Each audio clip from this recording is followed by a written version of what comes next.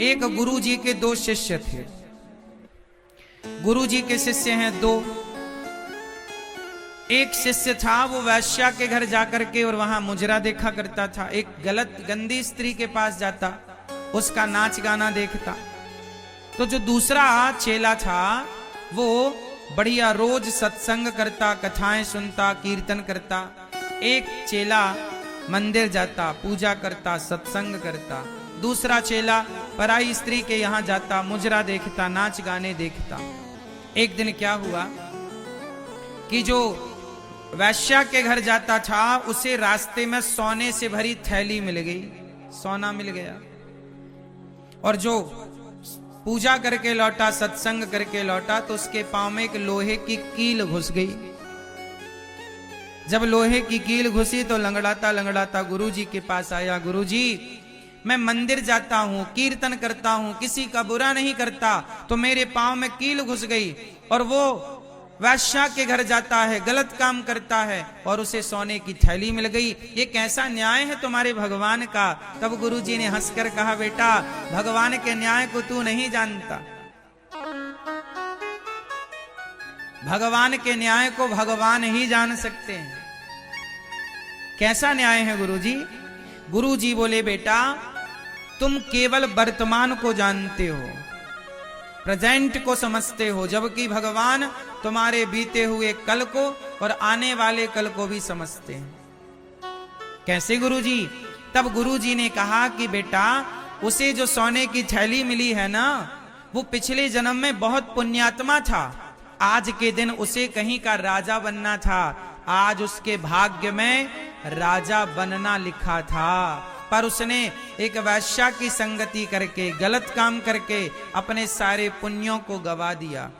और राजा तो बन ना सका, पर थोड़ा सा सोना मिल गया उसे।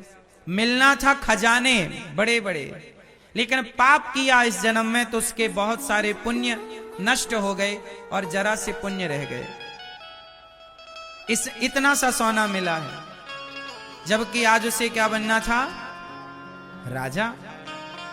और जो तुम हो ना, आज तुम्हारी जीवन लीला समाप्त होने वाली थी, आज तुम्हारी मृत्यु होने वाली थी, पर तुम भगवान के भक्त हो तो भगवान ने तुम्हारी भक्ति को देखकर, तुम्हारी शरणागति स्वीकार करके, तुम्हारी मृत्यु को भगवान ने कृपा करके एक लोहे की कील में तब्दील कर दिया।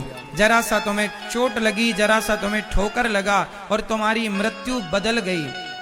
यदि आपके जीवन में थोड़ा संकट आए तो समझ लिया करो कि संकट तो बहुत बड़ा आने वाला था, पर जो तुमने कुंभ स्नान कर लिया, जो तुमने पुण्य कर लिए, उस पुण्य से तुम्हारे संकट जरा सा होकर के गुजर गए, छू करके निकल गए, टच करके निकल गए।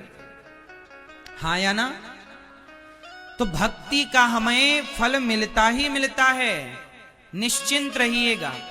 अच्छा बताओ, द्रौपदी ने भगवान कृष्ण की कलाई में अपनी साड़ी के पल्लू को फाड़कर कुछ हिस्सा ही तो बांधा था, कुछ धागे ही तो बांधे थे।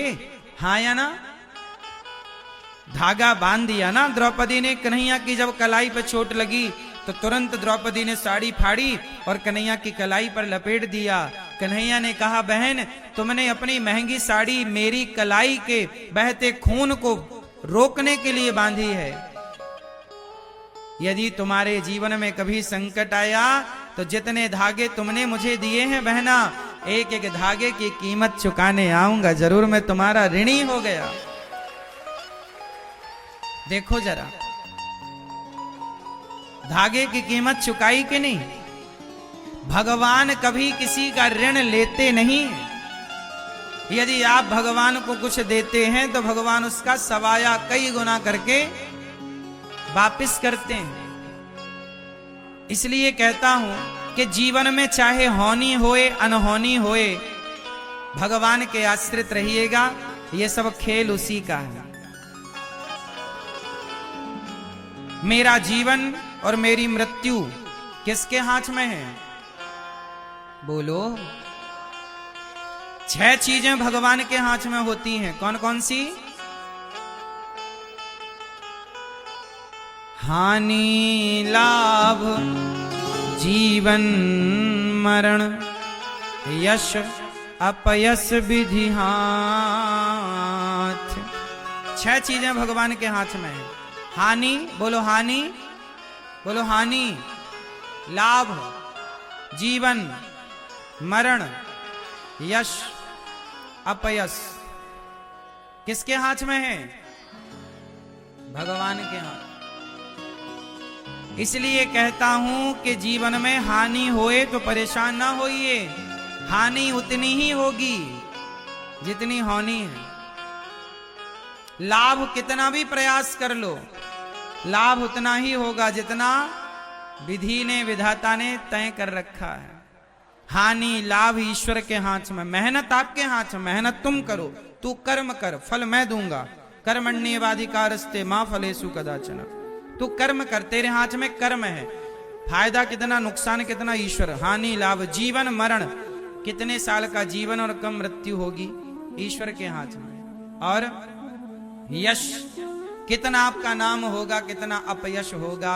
इसलिए अपने हाथ में कुछ है ही नहीं। अपने हाथ में बस एक काम है कि अच्छे काम करो, समाज की सेवा करो और दिन भर श्रीमन्नारायण जपो, दिन भर सीताराम जपो, दिन भर भगवान का नाम। ये अपने हाथ में।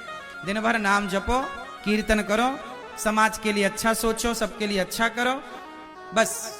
बाकी जो हो रहा है ये सब ईश्वर का खेल है। वो भेजे तो आए, वो बुलाए तो जाएं, हमारा कुछ भी नहीं है। हर हाल में खुश रहना चाहिए। कोई ताने मारे कि तुम इतने बड़े भक्त थे, फिर तुम्हारे घर में ऐसा क्यों हो गया। भाई जमाने का काम है कहना, कहने दो। हम भगवान के आश्रित हैं और भगवान के आश्रित होकर, अच्छा ये बताओ,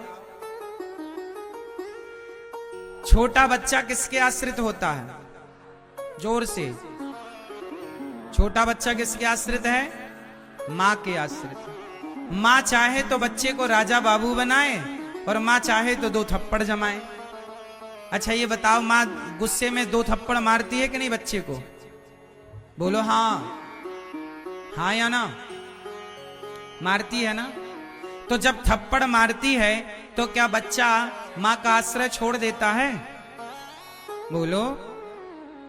जब मां 2 थप्पड़ मारती है ना तो रोते हुए मां को ही देखता है बच्चा, हाँ या ना? जब छोटा सा बच्चा थप्पड़ खाकर भी मां का आश्रय नहीं छोड़ता तो तुम्हारे जीवन में छोटे मोटे संकट आ जाएं, कभी कोई विपत्ति आ जाए तो उस संकट विपत्ति में भगवान का आश्रय क्यों छोड़ देते हो? रोते हुए भी उस ईश्वर की ओर ही देखो कि प्रभु आपके सिवा हमारा कौन है। 2 थप्पड़ मारती है मां तो प्यार भी तो करती है, वही तो राजा बाबू भी बनाती है। ऐसे ही है, जो भक्त जीवन में थोड़ा संकट पाकर भगवान से दूर हो जाते हैं, भगवान फिर उन्हें राजा बाबू नहीं बनाते। और जो दुख विपत्ति पर भी भगवान के चरणों से लिपटे रहते हैं, भगवान उन्हें राजा बाबू बना देते हैं, भगवान उन्हें बड़ा बना देते हैं। ये मेरे आश्रित है। आप भी यदि जीवन में भगवान के आश्रित रहेंगे तो आप सबसे सुखी रहेंगे। आप दुखी इसलिए होते हैं, आप परेशान इसलिए होते हैं क्योंकि आप भगवान का आश्रय छोड़ देते हैं और हर क्षण। अच्छा ये बताओ, जीवन में मुसीबत संकट आता है कि नहीं? परेशानियां तो आती है ना। कुछ लोग आपके पड़ोसी समाज जानते हो क्या ताने मारता है? एक मैया का बेटा भगवान के घर चला गया तो लोगों ने ताने मारे, लोगों ने कहा रे तुम तो बहुत बड़े भक्त थी, तो बताओ तुम भक्त थी तो तुम्हारा बेटा भगवान के घर क्यों चला गया? तुम तो भगवान की बड़ी पूजा करती थी। अच्छा देखो, यदि भक्तों के घर कोई दुख आ जाए ना तो दुनिया ये बात जरूर कहता है कि तुम तो बहुत बड़े भक्त थे, तुम्हारे ऊपर ये संकट क्यों आ गया? तुमने तो भगवान की बहुत पूजा की, तुमने तो बहुत व्रत जप तप किए, सदा अच्छे मार्ग पर चले, फिर तुम्हारे घर में ये संकट क्यों? ऐसा क्यों हुआ? कभी किसी भक्त पर कोई संकट मुसीबत आ जाए तो जमाना ये सवाल जरूर करता है कि तुम पर ये संकट क्यों, तुम पर ये मुसीबत क्यों? तो मैं आपको बताऊं, जमाना भले आपको कहे कि तुम पर ये संकट क्यों, लेकिन मैं आपको बताऊं कि जमाना ये बात समझ नहीं सकता। जो भगवान के आश्रित होता है देखो आश्रित होने का प्रमाण क्या है। आप लोगों ने नरसी जी का नाम तो सुना होगा, नरसी मेहता, जिनकी बेटी के यहां मायरा भरने स्वयं भगवान आए थे। नानी बाई का मायरा बड़ा प्रसिद्ध है समाज में, भगवान मायरा भरने आए। जब नरसी जी का बेटा जवानी में भगवान के घर चला गया, मृत्यु हो गई पुत्र की, तो लोगों ने कहा नरसी आप रो नहीं रहे हो, आपका बेटा चला गया भगवान के घर। नरसी जी बोले ये बताओ कि मेरा बेटा आया कहां से था, कहां से आया था, आपका बेटा कहां से आया है। नरसी जी ने कहा आप लोग बताओ कि मेरा बेटा आया कहां से था। सब लोगों ने कहा भगवान के यहां से। गया कहां, भगवान के यहां।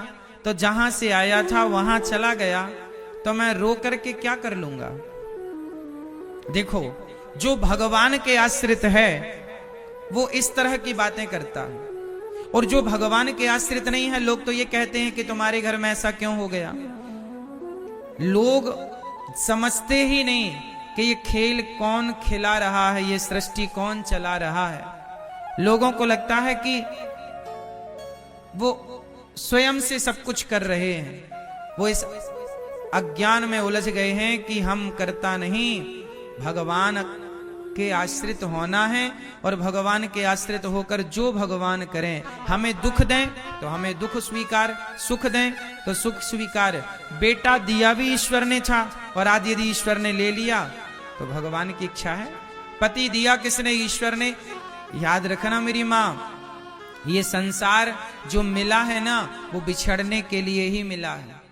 इसलिए जीवन में जब खुशियां आए, जीवन में जब दुख आए, तो सुख और दुख को एक सा करना चाहिए।